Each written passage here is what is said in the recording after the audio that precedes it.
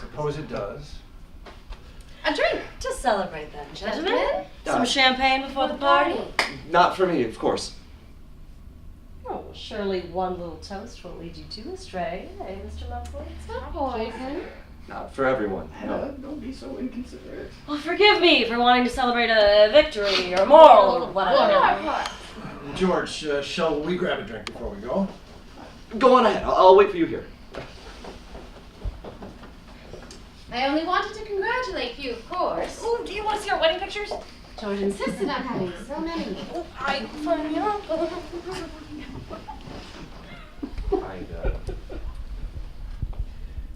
much rather just look at you, Hedda. Hedda Gabler. Testament, At a Tesla now, Mr. Mumford. please.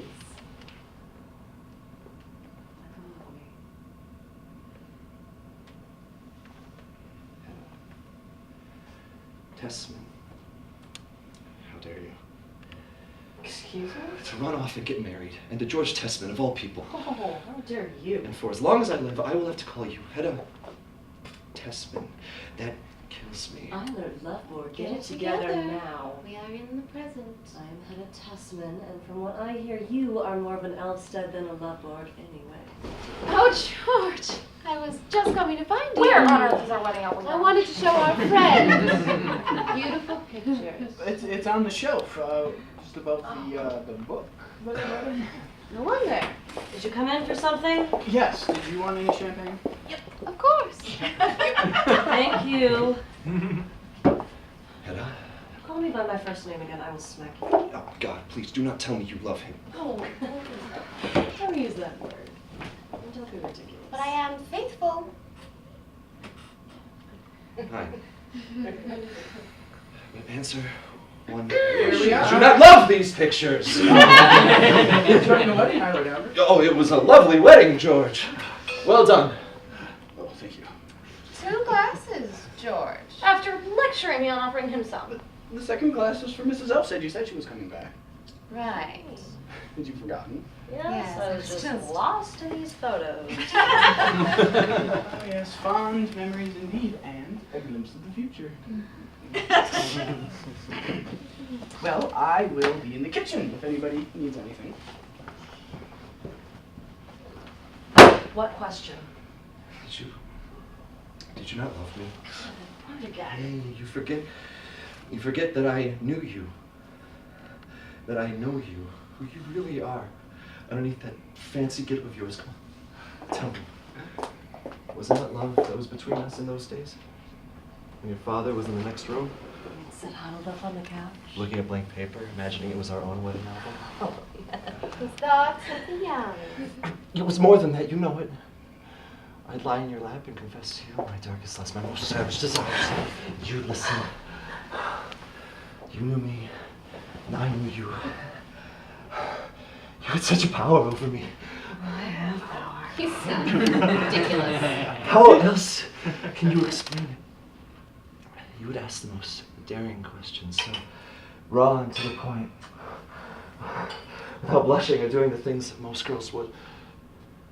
How was that a help that you chose me to be your minister? Besides, I did not ask obscene questions in a frank manner. I hinted at Oh, them. you hinted frankly. In fact, you dug. Desperate to Desperate to tell someone. Admitting. You wanted to hear. You wanted to know. We were good together. Is it so hard to believe? That a young girl might want to get a taste of a world that is completely forbidden. I think it's only natural. More than a taste. Is that all it was? Mostly. Mostly, I think it was that. Partners in our hunger for life. So, why couldn't it continue? It was your fault. Mine.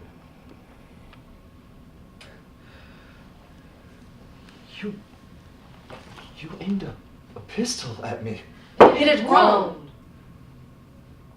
The relationship had grown too serious. And, why didn't you shoot? I was afraid of scandal. Yes. A coward at heart. Lucky for you, isn't it? I was so cowardly. Besides, Now well, you you have have Thea. Figured she told you everything? You didn't tell her everything. About us. Of course not. She's too stupid to understand. Oh, so now she's stupid. And I'm I'm a a coward. However informed you I'm are. sorry, I didn't mean it like that.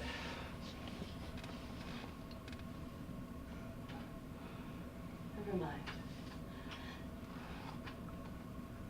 Look, I will confess something to you. Be even.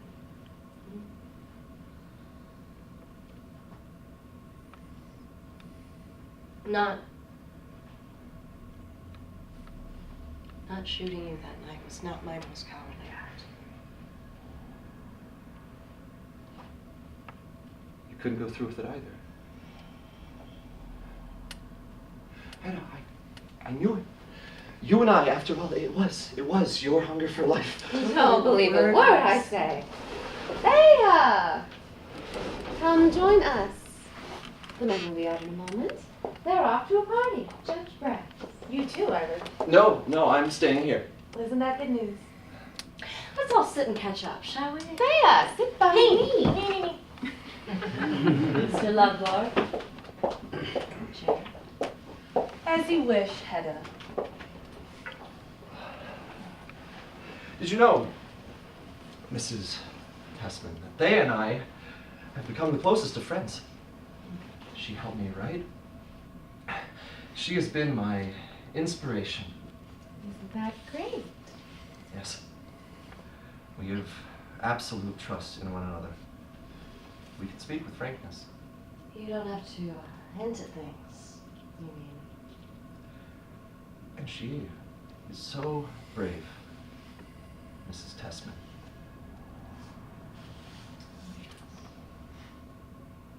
What I wouldn't give to be brave. And maybe life could be bearable. Thea! Have some champagne. No, thank you, I don't drink. Mr. Lovelord, I believe you know my thoughts on the matter? what if I say you should? I'd still say no. Thank you. Hedda. You mean I... Have no power over you, Mr. Lovelord? Not in that way, no. Then For your own sake. Really should. Hedda, what are you doing? It's true. You don't want others thinking that you... Confidence in yourself and your abilities. that you're insecure. Secure with your chain. Didn't you notice the way my husband looked at Judge Brack when you refused to drink earlier? I did not refuse you, in fact. And again, the way Judge Brack glanced at my husband when you refused to go to his party. Even after being invited to read your manuscript. I wanted to stay here and talk to you. To both of you. Hedda, he is very secure, I assure you. Yeah. Is that why you came in so frantically earlier? Begging my husband to keep a watchful eye on him.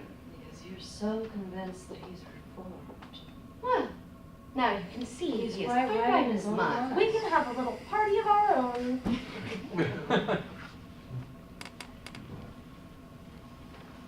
You came here for that?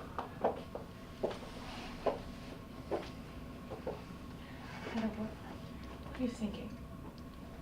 We're all friends. There's no harm done. No. Let's have a little chat. Shall we? Thea, you asked my friend to watch over me. Because I can't take care of myself. And here I thought, no, forget that. Did your husband send you into town after me?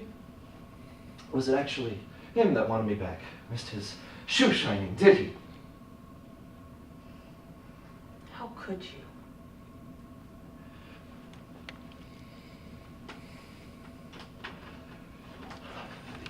Here's to you, friend. And here's to you.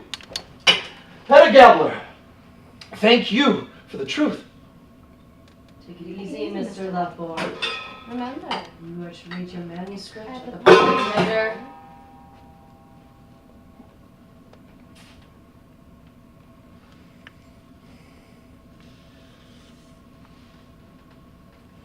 Thea, I'm sorry.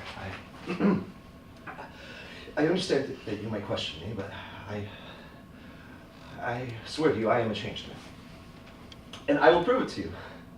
I am changed because of you. George, I would think the penguin would mate as many times as possible. Stay warm, if nothing else. So, we meet again, Mrs. Elstead. We do indeed. You'll have to excuse us, but we really should be getting on. Judge Brack wouldn't want to be late, you know. Bad hosts and all, bad jokes are enough. I think I will be joining you after all. Will you? You did invite me so nicely. And George, I would love to read some of this to you and get your thoughts on it. What a change a day can bring. Then I suppose Mrs. Elfstead will spend the evening with you, Hedda. I'll pick you up at 10. Then it's all settled. Very well. Now, Hedda, I can't promise that I'll be back. No, George. You may stay out for as long as you like. Let's get a move on, Jess. 10 o'clock then. Good night.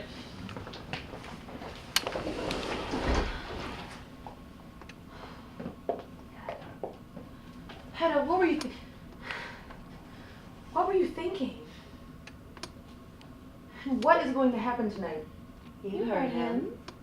At 10 o'clock, he'll be here. Oh, I can almost see him. Vine leaves in his hair, flushed and fearless. And then you will see. He's finally proven control over himself. And be free. A free man. Well, I hope you're right. I pray to God. It's exactly as he will come.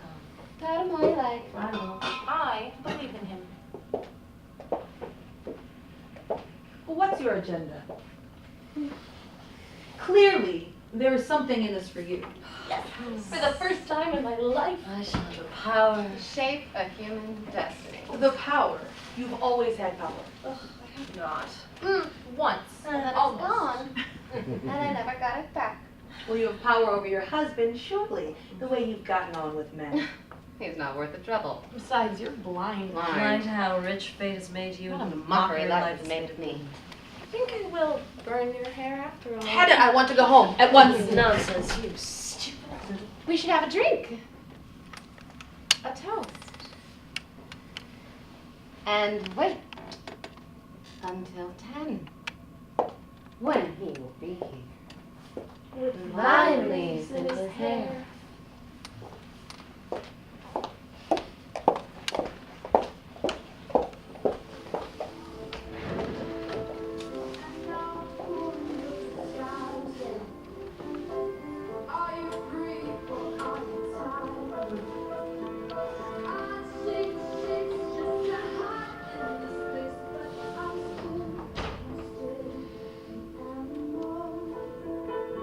Nobody knows it from me.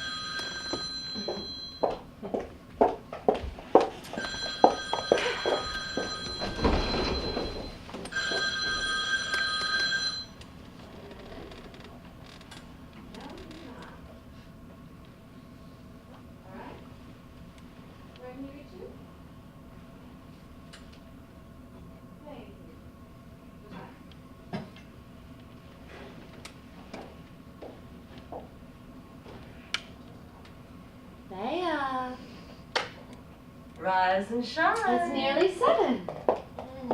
It's morning already. And no one has come. How stupid of us to wait up until 4 in the morning.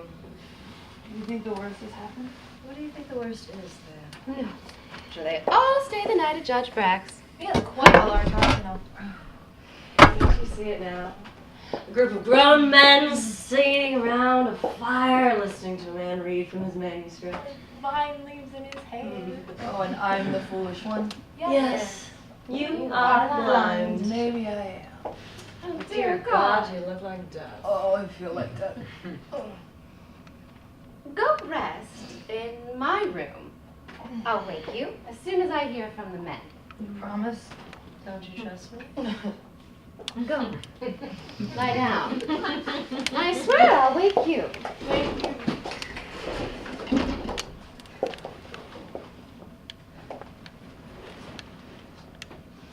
Oh, Hedda, oh, you are up early. Quite an observation, Testament. I thought for sure you'd be asleep. They had just went to rest in our room. Has she been here all night? Oh, no, came together. Poor thing. Did you enjoy yourself at least? Oh, are you worried about me, my little lark? I don't know how to worry. I asked if you enjoyed yourself. Yes. Yes. Oh, Hedda. So, when we got there, Brack had so much to do that Eilert and I had nothing but time, so he read his manuscript to me. Oh, Hedda, you cannot imagine how wonderful it is. It's a work of art. It transcends genre. It's everything, nothing. It's a complete masterpiece. That's wonderful, of course. But I'm not concerned about his book. Can I have something to confess to you? Sure. I have something to confess. I am all ears. Well, when Eilert read his new book to me, I became consumed with this jealousy and You. Jealous. I mean, here's this man who practically rose from the dead to deliver what the world considers to be a great work of art, and then he goes even further by creating this work of pure brilliance, and then... You know, really hate it when you trail off at the end of your sentences there, George. And then And what? then how quickly he returns to his old ways. What What happened? happened? Well, it was a fantastic party. I mean, we were all in our element. Did he have vine leaves in his hair? What? I learned. No, of course not. But come to think of it. What he did have was way too much to drink. And he rambled on and on this half-coherent speech about the woman who inspired the main character and Was she? Mrs. Elstead, I suppose. I don't know. He didn't say. Anyway, after Brack's, we all went out to the bar, and we were there for a couple of hours, and then we stepped out to get some air, and that's when I got separated. I got caught in the song of a nightingale. You know, it's fascinating. The nightingale... What happened when you fell behind? The strangest thing. I sat down on the side of the road to bask in the glory of the nightingale. And sitting beside me, almost as if fate wanted it that way, was Eilert's manuscript. He had dropped it without even noticing. That's how far gone he was.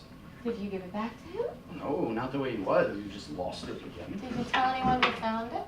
No, how could I? I didn't want people to think badly of him. So no one else knows that you have it. Not even I. No. By the time I caught up to the group, Eilert had slipped away. Brack too, for that matter. So the rest of us went back to somebody's house to try and sober up. Yeah, I'll take some time to rest, let Eilert do the same, and I'll give it back to him when he's sober. No. Not yet. Don't give it back to him. Just yet. I want to read it. Oh, Hedda, I don't know. I mean, he is gonna be a mess when he realizes he can't find it. I mean, it's not like a work like this can be reproduced. I mean, his very soul is in it. I'm sure he could write it again. You must have a record of it somewhere. No, this is all there is. Oh, Testament, there was a phone call for you earlier. The number's in the other room.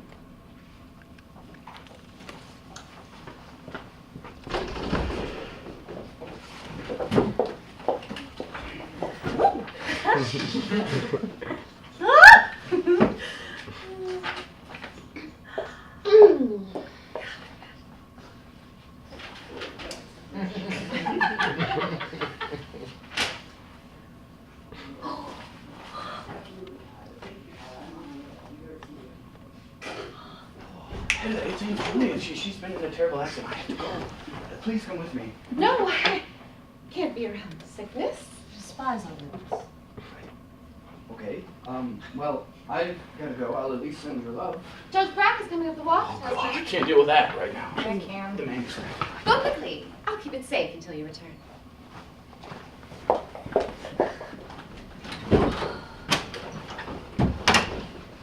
He's off in a rush. His aunt needed him for something. So, you are left alone again. It's becoming habitual. Have you not slept either? You men. Did Tessman tell you about our night?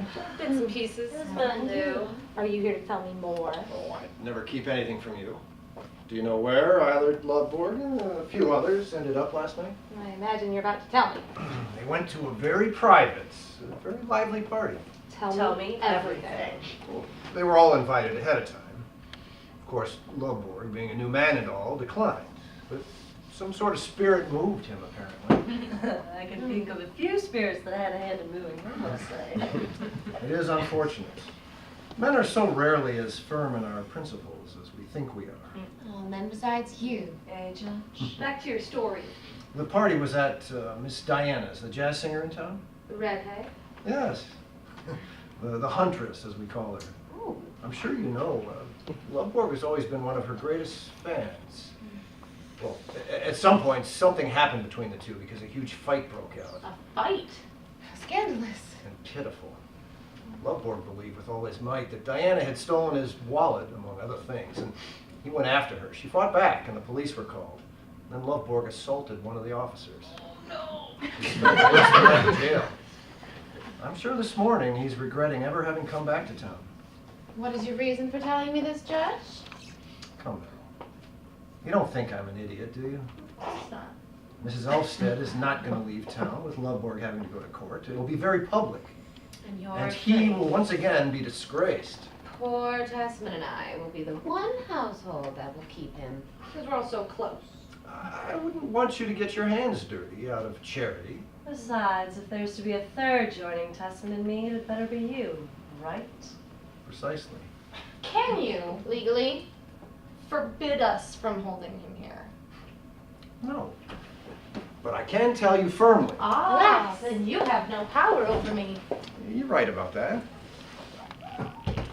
For the moment, can you think what might happen had I power over you? I can almost hear a threat in that. Almost. Well, I've said everything I came to say. So, I'll leave you to your household that you love so much.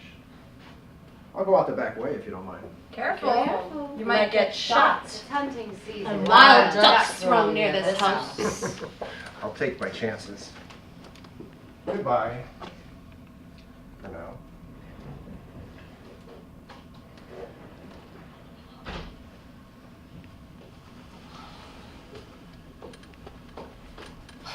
Well, the house of revolving doors.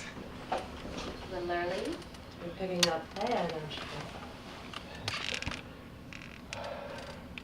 Yeah. A little early.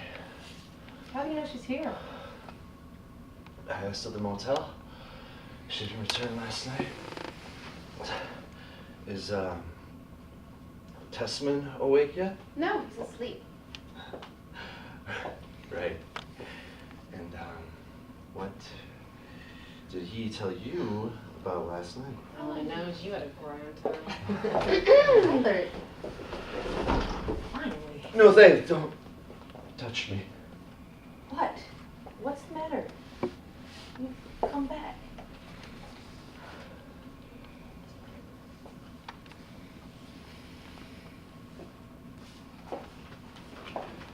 Perhaps I should give the two of you the room alone. No, no, no. I want you to witness. Witness what? Eilert, what is going on? Thea, it's time that we end this. Between us. This has to end. What? How can you say that? You can no longer be of any use to me. You can stand there and say that to me? Of no use? Did I not sit there for weeks, for months, and help you with your work? Amongst other things. And There is no more work for me, and so you can be of no use. well, how cruel, Iron. What should I do then? Go home. Thea, as if I never existed. It's best. No. No, I refuse. This is nonsense. I will stay until the book comes out at the very least. Look, Book. Oh, well. Will not be released. What? Where's the manuscript? yes. What have you done with it? Where is the manuscript? This isn't funny. Ivan, where's the manuscript? Where is it? There. Where's the manuscript? I tore it up into 1 billion little pieces and threw them, look, and threw them into the lake. There was a strong wind. They floated and flew like a flurry of leaves on the water. Ivan!